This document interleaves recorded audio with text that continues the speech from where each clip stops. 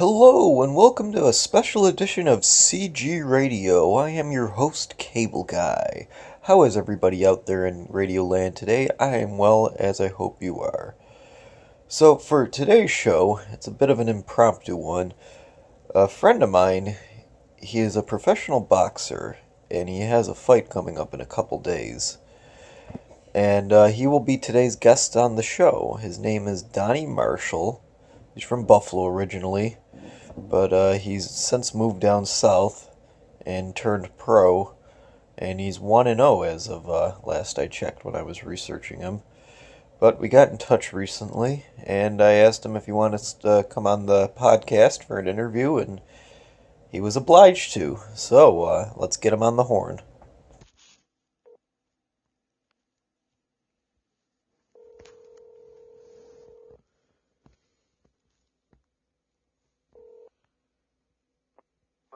Hey, what's up, Donnie? How's it going?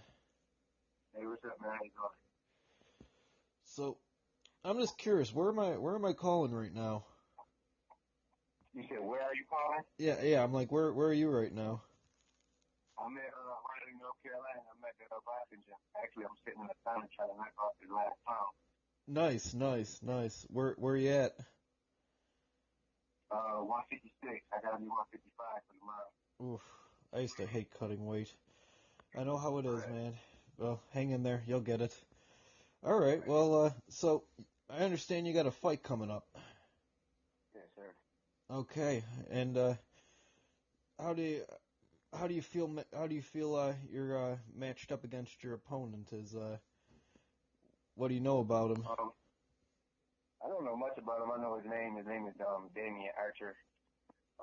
He's 0-2, so he's I guess I would say not in my caliber. I'm still at the phase in my career where they're trying to build me up. So Right, I'm looking down the line for the higher fight, but it'll probably be another 2 or 3 fights before I get in there with somebody who was really talking about it. right. Okay. Mm. And is Ross Thompson down there help you training? Yeah, he down here somewhere. He walked out the gym a couple minutes ago. I don't know where he went. He down here somewhere. Nice. Okay. All right, well, let's take a little trip into, let me get my notes here real quickly, down into Oh, memory lane real quick. So, uh, let's talk about your amateur career. How many fights did you have back when you were an I, amateur?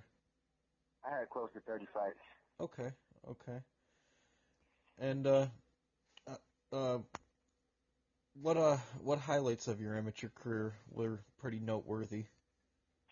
I won the Paul Murphy tournament. I think that was 2013. I went down there to Atlanta and won the Paul Murphy tournament open class. We made it to the New York State Golden Gloves finals my last year as an amateur, but I fell short to the guy Jimmy Garcia, who's now a pro at 5-0. So yeah, those were probably my two highest, my highlights of my amateur career. I never made it out to the big nationals. So, Okay. And so when you turned pro, you didn't really do too much up here in Buffalo, did you? Did you just go pro down in North Carolina there? yeah, I moved down here to be closer to my family, and honestly, at the time when I moved down here, I still wasn't even sure if I was going to box again. I was going through some personal things, and um, got down here and I found the boxing gym. My co-trainer Remy Fullwood, and he kind of talked me back up to get back into the sport. Right. Okay. And how long were you training before you really decided you were gonna go back at it hard again?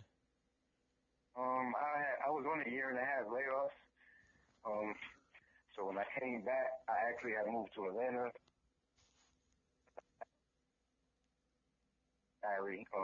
I kind of had um was thinking about getting back in here, but still wasn't really sure. So when I got back around, like I said, my trainer Remy, he kind of put it back in me to get back in there, and he was still leaning kind of towards me going amateur one more time because, like I said, I was on a year and a half layoff. So his thoughts was to knock the rust off, but I didn't feel any motivation, to train as an amateur anymore. So we went ahead and turned pro, and I was in the gym. We was in camp for about 4 months before I fought my debut. Okay. And how did that fight go? It was a knockout, right? What was it in the first? Yes, sir. 57-second knockout. Oh, okay. So did the dude was the dude just like not on your level, or you have his number, or like did he try to Yeah, fight? I feel, yeah, he definitely wasn't on my level. I feel, I've been in there with a lot of good guys, back home. I can't with this Oreo and Greg Brady and Lionel Thompson and the like on Showtime a few times. So I honestly feel, I won't see anybody on my level until I get to the 6th round level. Or Right, 6th round fighters. I don't feel any of these guys would be on my level. right. Okay. Yeah, I remember that one and only time I got in the ring with you, and you weren't even hitting me back, but I couldn't even hit you, man. That was back Yeah, yeah, th yeah. that was back when you were going by Too Quick, Marshall. What made you decide to change the name to Dangerous? That's a good question. That also went in tune with me deciding to go pro. Ross gave me that name. Ross Thompson gave me the name Too Quick. Because I got real fast hands. I'm known for my fast, quick combinations. Mm-hmm. So he gave me the name Too Quick. But at that time in the amateurs, they were training me to be more of a pure boxer to use my speed. But like I tell the guys, because I'm also a personal trainer. I train guys through boxing now. So like I tell my clients, it takes years, for a boxer, for a fighter to find himself. Once I found myself, I found out that I wasn't a pure boxer. I was a guy who was more comfortable and I did better when I came forward and I dished out punishment.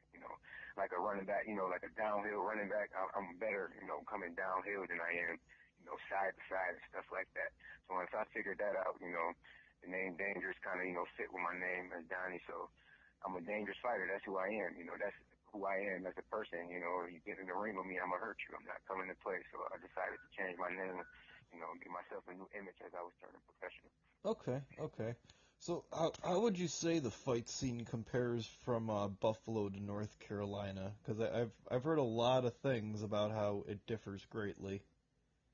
Um, honestly, on the coming down here, I had the same thoughts. That North Carolina. Even before I met Randy, I didn't think that, especially coming from a Ross Thompson, who's trained and been around some of the best ever. I didn't feel that I would be able to come down here and find anybody the caliber to even train me, let alone fight with. But I came down here and I found a great trainer. A very knowledgeable trainer who's giving me some of the best lessons I ever learned. And also, like I said, I'm sparring with Jamar Freeman and a couple other good, solid pros who's based out of North Carolina, and I'm getting some good sparring from some young, hungry amateurs. You know, um, so I feel that North Carolina is getting a bad rep. I don't feel that people understand the talent that's down here. You know what I'm saying? Just because places like where we're from, back home, New York and Vegas and stuff like that, they're so high up on the scale. I feel that people don't get a chance to see the talent in North Carolina. Right. Yeah, I hear you. I hear you. Okay, so what other interests or projects do you have that you might be working on right now, apart from boxing and personal training? That's about it. Honestly, I live in the gym, man. Right now, between my training and my work hours with training people, I'm in the gym almost 16 hours a day. So my training is everything right now.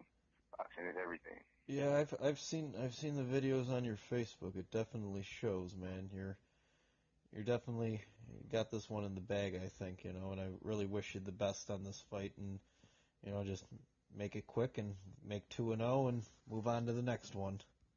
Yes, sir. I appreciate it. All right. Well, thanks for being on this special edition of CG Radio.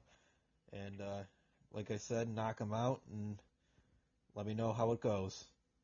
No problem, bro. I appreciate you calling and having me on. Oh, always a pleasure. All All right. right, bro. Have a good night. All right. Bye. You too now. Bye. All right, and there you have it, everybody. Dangerous Donnie Marshall. I'm just going to come out and say a couple of things real quick. The first off is I apologize for the sound quality, everybody, but those saunas can be built like bomb shelters, and sometimes it's hard to get reception in there, along with some of those. I'm pretty sure that building's like a concrete building, so those things sometimes have a hard time getting a cell phone signal out of. And the second thing is I'm not going to attempt to insult anybody's intelligence. We did that call at like 10:30, 11 o'clock last night, and we both have been working all day, and we're exhausted. But because this fight is in a couple days, we have to really put the pedal to the metal and, at work at odd hours. So yeah, Donnie's fight's coming up, and I'm telling you, like, this dude, he's actually really good. My first and last time in the ring with him, he wasn't even really hitting me back, and there was a couple times where I just opened myself up where he just could have lit me right up. And he didn't, but he could have if he wanted to, so yeah, we'll be having Donnie on the show again for a follow-up, and Donnie, if you're listening, knock him dead, buddy.